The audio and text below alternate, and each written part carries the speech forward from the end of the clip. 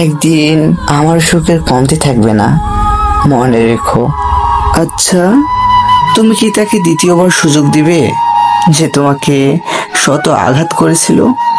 একটু ভালো থাকার জন্য যারা ছেড়ে গেছে তাদেরকে সৃষ্টিকর্তা ভালো রাখুক।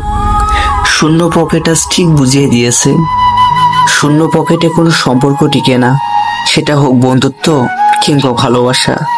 জীবনে তাকে নিয়ে সুখে থাকতে শিখো, যে তোমাকে পেয়ে অন্য কাউকে আর চাইবে না। কেউ কখনোই আমার মায়ায় জড়ায়নি, তবে আমি বারবার ভুল মানুষের মায়ায় জড়িয়েছি।